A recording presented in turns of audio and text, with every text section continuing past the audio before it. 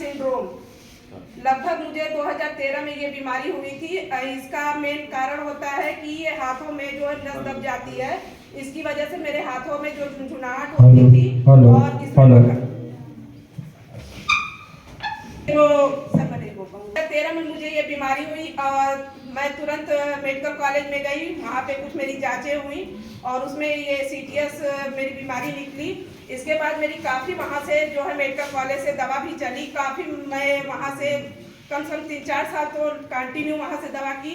इसके बाद जो है आराम नहीं मिला, क्योंकि ये नर्वस सिस्टम का था। तो न्यूरो की ऐसी दवा होती थी, जब तक मैं दवा खाती थी तब तक दवा के नशे में बस सोती रहती थी। आराम बिल्कुल 1% नहीं रहता था मुझे। और जहाँ दवा का जो है ख़त्म होता था, वहाँ मेरी बीमारी जो है फिर से शुरू हो जाती थी। मतलब सुबह तक मैं मेरे हस्बैंड जो पोस्टेड है वो गवर्नमेंट जॉब में टीचर है और हैदरगढ़ में पोस्टेड है इस समय।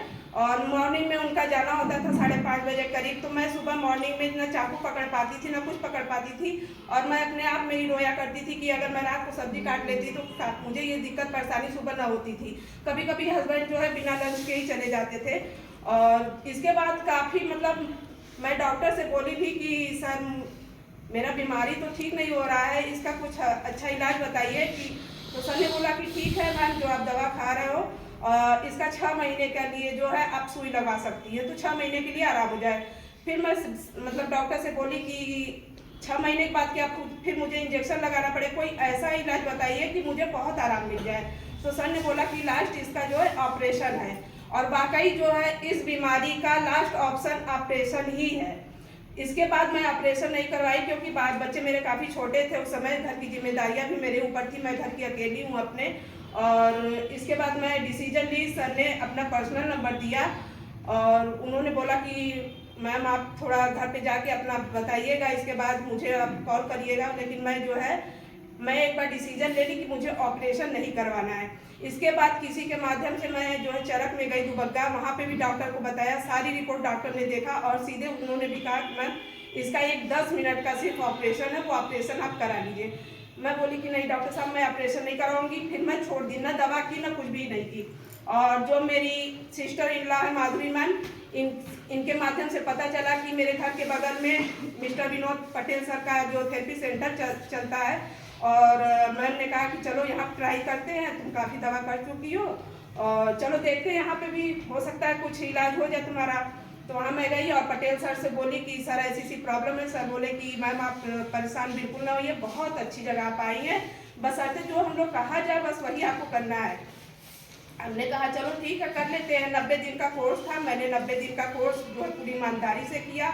और मात्र जो ये ब्लड सर्कुलेटरी सर ने बताया था अभी BCM मशीन जो है, और सिर्फ मैं 90 दिन सिर्फ BCM मशीन और कुछ सप्लीमेंट सर ने मेरा चलाया।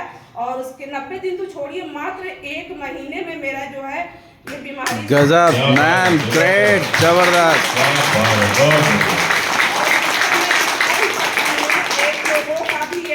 PGI में ये पोस्टेड है और रायबरेली में वो भी टीचर है। तो उनका भी यही बीमारी था। वो जो क्योंकि उनके हस्बैंड PGI में थे, तो उन्होंने भाई PGI के नाते उनका काम आसानी से हो गया। उन्होंने तुरंत अपना जाके फ्री में ऑपरेशन भी करा लिया। तो उनका भी मैं दिखाती हूँ आप लोगों को फोटो एक बार। और उस ऑपरेशन से मैं आज बच गई। और उनका ऑपरेशन के बाद भी आज जो है हाथ उनका ठीक नहीं है। वो पूरी तरीके से उस हाथ से काम नहीं कर पाती है। अपने घर में मेड रखी है, खाना बनाती है, कपड़े धोती है, सब कुछ सारा काम वो मेड करती है। जबरदस्त। ये सर आप